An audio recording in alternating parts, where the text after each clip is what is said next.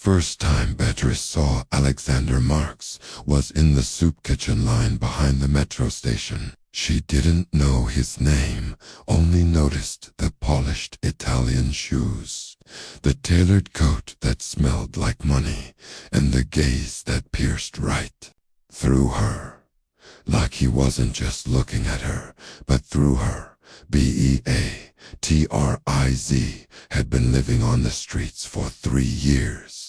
26, with sunburnt skin and eyes that had seen too much. Once a dreamer, now a survivor. She slept under bridges, begged for food, and avoided men after dark. Life had taken everything except her fire. Alexander was the opposite in every possible way. Young billionaire, founder of a tech-based fertility empire with clinics on 3 continents, but he carried a secret. He was sterile. Diagnosed at 19, he buried it under ambition and power. Yet the one thing he couldn't build or buy was a legacy.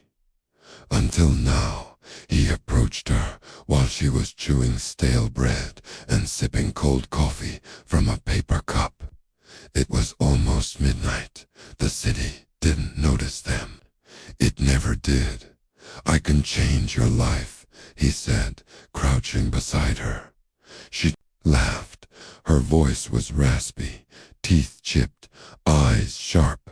"People like you don't talk to people like me unless they want to be forgiven for something. I'm not here for forgiveness. I'm here for a contract." From inside his coat, he pulled out a thick envelope. "I want you to have my child." Beatrice blinked, unsure if she heard him right. No love, no strings, no custody fights. Just this: "You'll carry the baby. In return, I'll give you $500,000 now, and another half when the baby's born. You'll never see the child. I'll give you a new life, new name, new start." The world around her went quiet. The city's noise faded. She stared at the man like he was insane, or maybe like he was her only miracle. She should have said no, but hunger can whisper louder than fear. And for a woman who had nothing, one signature could mean everything. She signed. The next morning, she woke in a private suite in silk sheets with a view of the skyline. Her body was cleaned, her hair brushed, and a team of doctors was already waiting behind a one-way mirror. Alexander watched the procedure begin. Artificial insemination, clinical, cold, efficient, and it worked. The weeks that followed were surreal. She had chefs, vitamins, therapists, daily checkups, but she wasn't allowed to leave. No phone, no windows, just walls that watched. Then the dreams started. In them, she floated through temples made of light. She saw a boy with golden eyes speaking in ancient tongues. She heard a voice. "You are the chosen one. He is not his. He is ours." She awoke, shaking, her belly buzzing with warmth. At the 3rd month, the baby kicked. Too early, too strong. The doctors panicked. Alexander ignored their warnings. But Beatrice began to understand something inside her wasn't normal. And then the voice came again, this time not in a dream. "Mommy?" Beatrice froze. The baby had spoken from inside her womb. And in that instant, she knew no contract, no money, no deal would make her give this child away. Because this wasn't just Alexander's child. This baby was something else. The walls of her private suite no longer felt like safety. Beatrice stared at the ceiling every night, clutching her growing belly. listening not just to the faint hum of the air conditioning or the footsteps of the security outside, but to him, the voice from inside her, not a whisper of the imagination. It was real, intelligent, aware. Sometimes it came in words, other times in flashes, visions of stars collapsing, cities of light floating above golden oceans, and beings with elongated bodies glowing with ancient wisdom. The doctors said the fetus was developing too fast, that its vitals didn't match anything human. He's showing neural activity equivalent to a 3-year-old. One of them whispered to another. Beatriz overheard everything. They never spoke directly to her anymore. They only examined her like a vessel, a shell, a host. But she had changed. Every day she became more in tune with the life inside her. Her senses sharpened, her skin glowed faintly at night. She could tell when someone was lying. She could sense emotion in the air like perfume. She was evolving along with the child. One afternoon, she found a folded note beneath her dinner tray. It hadn't been there before. Just 4 words, "Don't trust the glass." It chilled her to the bone. She looked at the mirror in her room, the one-way glass that Alexander used to watch her. She stared into it. "I know you're watching," she whispered. Nothing but her belly moved under her hand, as if in agreement. That night, she dreamed again, only this time she wasn't an observer. She was standing on a bridge between 2 moons, and Cale, she now knew the baby's name, was Cale, stood beside her as a glowing child with wide golden eyes. "They won't let me be born," he said. Beatriz cried. "Then I won't let them win." The next morning, she faked labor pains. The doctors rushed in, frantic. In the chaos, she slipped a pair of tweezers from a tray and hid them under her pillow. That night, she used them to unscrew the vent cover. Behind her bed, inside, she found a hidden chamber, not a tunnel for escape, but a sanctuary. There were symbols drawn in glowing ink, ancient markings etched into stone, and in the center, a small orb floating just above a pedestal. When she touched it, a voice filled the room. "You are the last vessel. The child of codes must survive. The old blood has awakened in you. The cycle must complete." The orb dissolved into light and flowed into her womb. Cale stirred violently inside her. She screamed, not in pain, but in knowing. Then the glass wall exploded. Security stormed in. Alexander followed, with fury in his eyes and panic in his breath. "She knows," one of the guards whispered. Alexander pointed at her. "Sedate her. Now." But the lights began to flicker. And then Cale spoke aloud, not with her voice, not through her body, from the air itself. "You were never my creator." The child said, "You were only a gate." Every screen in the room went black, then filled with one symbol: infinity. The air grew heavy. Alexander stumbled back. This wasn't part of the plan.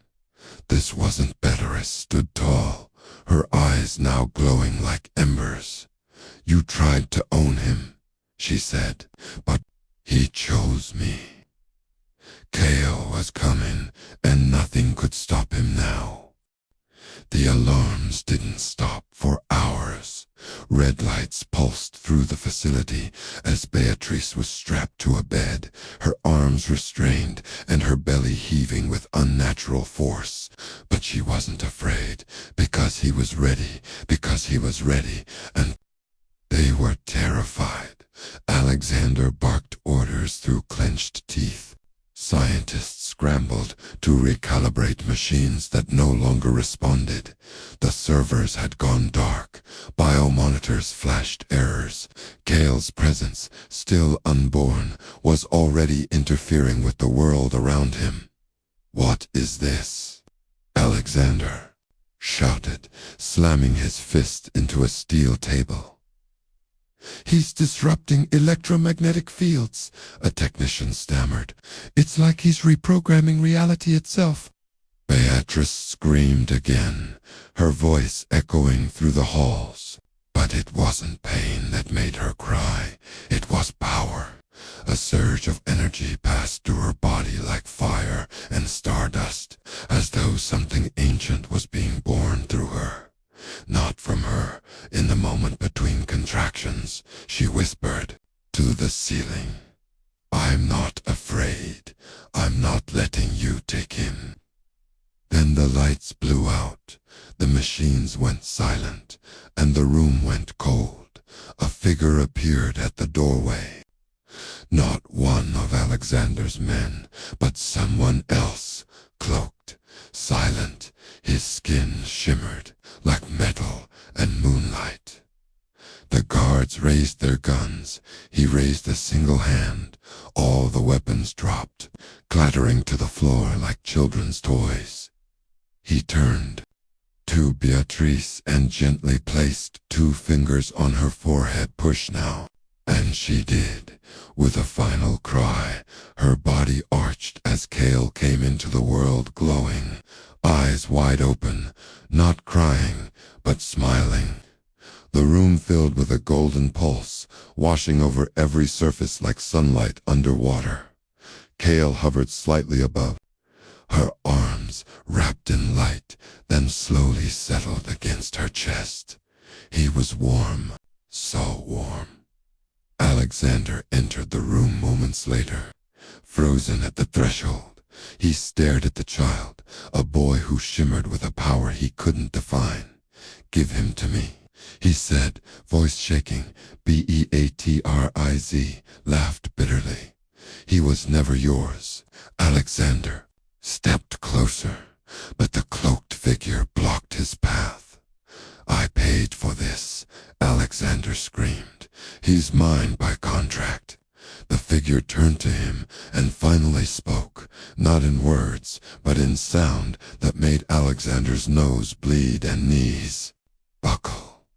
You bought flesh, but this is soul." Suddenly, the facility began to tremble. Walls cracked, floors rippled like water. The birth had awakened something not just in Beatrice, not just in Kale, but in the planet itself. Kale opened his eyes and looked at Alexander. "You wanted a weapon," the boy said clearly, although his lips didn't move. "But I came as a mirror." Alexander collapsed. Beatrice held her son tighter. And then the cloaked man turned to her. "You must leave. Now he must not fall into their hands." "But where?" she asked. "Where can we go?" He handed her a compass or something like it. It shimmered and spun wildly, finally settling on a direction. "The mountains, the temple of memory. Others will find you. You are not alone anymore." Beatrice stood, weak but alive, reborn. She clutched Kale to her chest and walked into the dark corridor, leaving the wreckage behind as they passed through a final hallway. Every light they walked under flickered on, not from electricity, but from Kale's presence, and somewhere deep in the earth, something ancient stirred awake for the first time in thousands thousands of years, the child had arrived, and nothing on earth would ever be the same again. Asterisk. Beatrice never thought she'd walk barefoot through a mountain range with a child who glowed in her arms. But here she was. Cale didn't cry. He didn't whimper. He watched everything. The stars, the moss on the rocks, the movement of the trees, like he recognized it all. Like he remembered, they'd been walking for days, following the strange compass the cloaked man had given her. It didn't point north, it pointed inward, always guiding them to places that didn't exist on any map. They hid in abandoned cabins, caves, old train tunnels. People they met along the way treated Cale like a divine apparition. A farmer dropped to his knees. A child with leukemia hugged him, and the next morning walked without pain. Cale wasn't just different. He was becoming something the world wasn't ready for. Beatriz, too, was changing. Her eyes now flashed silver in the dark. She could hear people's thoughts in fragments. She dreamed of temples buried beneath the sea and voices speaking in chords instead of words. One night, while camped beneath a canopy of fireflies, Cale reached out and touched her chest. "You remember now, don't you?" he said softly. Beth's eyes filled with tears. "I don't know what I am anymore." Cale smiled. "You're what you've always been. You just forgot." The next day, the compass stopped spinning.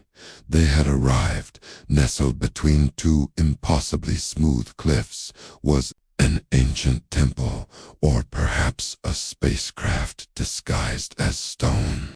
Symbols glowed faintly on its surface, resonating with the ones on Cale's skin when he touched the walls. A deep hum vibrated through the earth. The entrance opened inside. It wasn't dusty or old. It was alive. The walls pulsed like heartbeats. Light flowed like rivers along the floor. And in the center, there was a tree made of crystal, each leaf a memory frozen in time. Cale walked to it without hesitation. "She's the last one," he said. The temple responded. A holographic being emerged, a woman with skin like obsidian, glass and hair that floated behind her like ink in water. "You have returned, Cale," she said, "and you brought the vessel." Beatrice stood still. "Who am I?" she asked. The being placed a hand on her shoulder.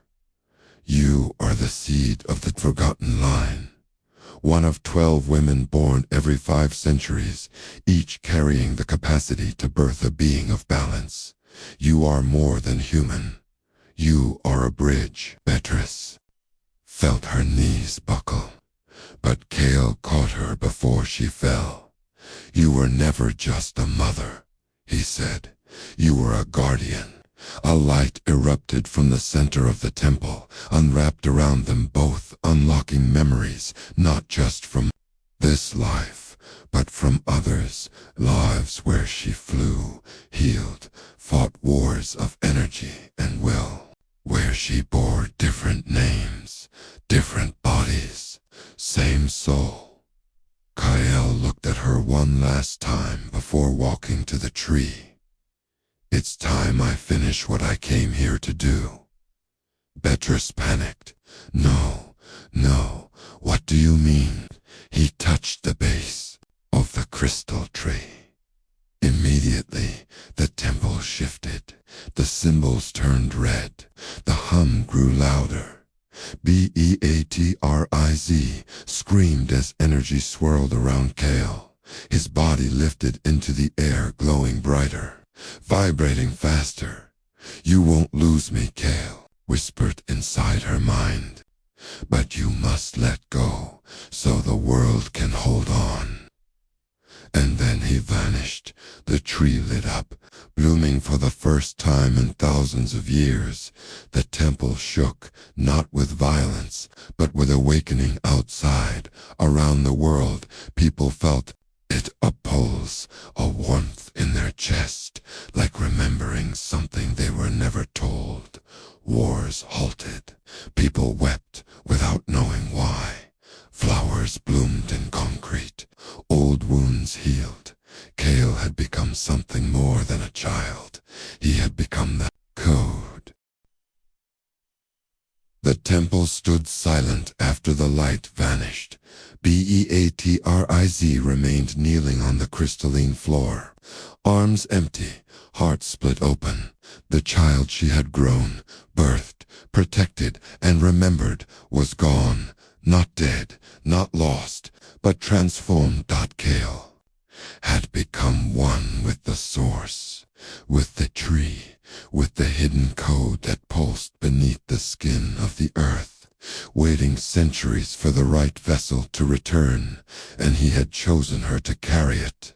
For hours she said nothing, just breathed, just remembered. Each inhalation felt ancient. Each heartbeat reminded her she was no longer the same woman who had once begged for coins on city sidewalks. She had carried divinity and survived it. When Beatrice finally emerged from the temple of memory, the landscape around her was different. Not physically, but energetically. The air shimmered. The birds sang in unfamiliar patterns. And a group of people waited for her outside, kneeling in a circle. There were 12 of them, women from different ages, backgrounds, cultures. Each of them carried a mark on their left wrist, a glowing spiral. They had come because they felt it, the awakening. They didn't need her to speak. They already knew she was the first, and she would not be the last. 2 years later, the world had changed quietly, but undeniably, not with headlines or wars, but in the undercurrent of human consciousness. People began dreaming more vividly. Children were born with strange sensitivities to light, to energy, to truth. Religious leaders couldn't explain it. Scientists dismissed it as evolutionary noise, but those who felt it knew something ancient had Beatriz had become a mystery. She didn't return to the cities. She didn't appear on screens, but stories spread like wildfire. The glow woman, the star mother, the shepherd of the new seed. She now lived at the edge of the Andes, near a lake that had no name. There, she opened a sanctuary, not a clinic, not a school, something different, a haven. For mothers who felt their children weren't just ordinary.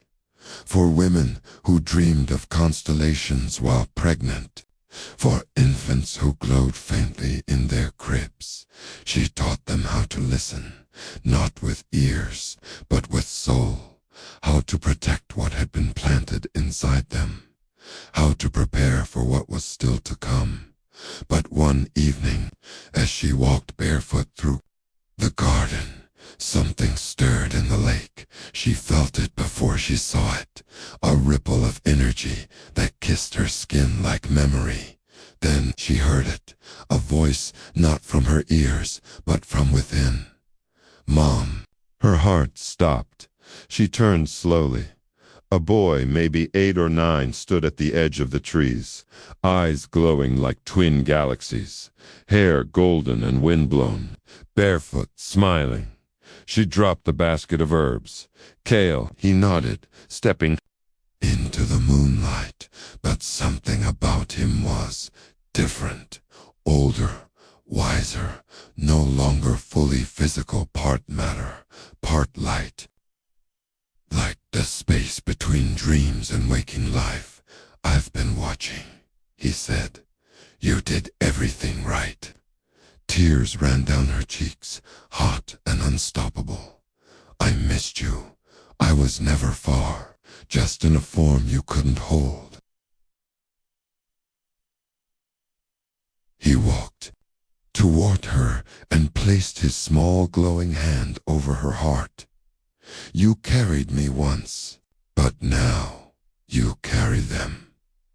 She looked back at the sanctuary, children laughing in the distance, lights flickering from cabins. Lullabies in unfamiliar languages drifting in the air. They're awakening too, she whispered.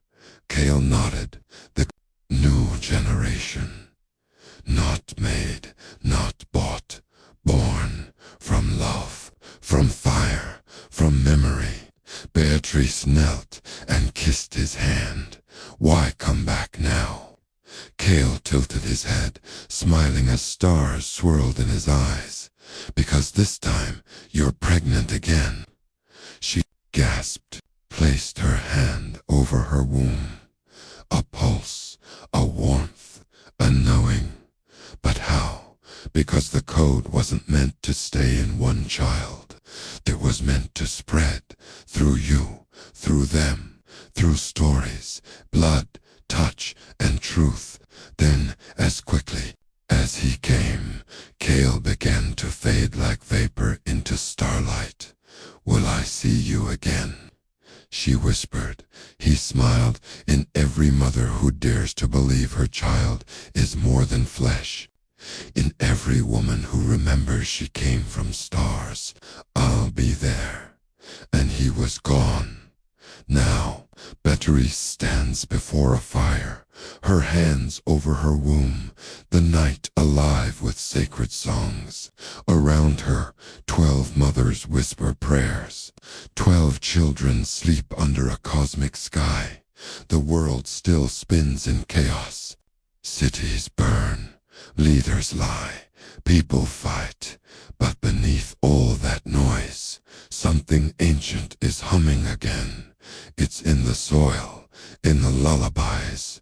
A new humanity is gestating, one heartbeat at a time, and it all began with a man who tried to buy a child, and a woman the world forgot, until the stars remembered her name.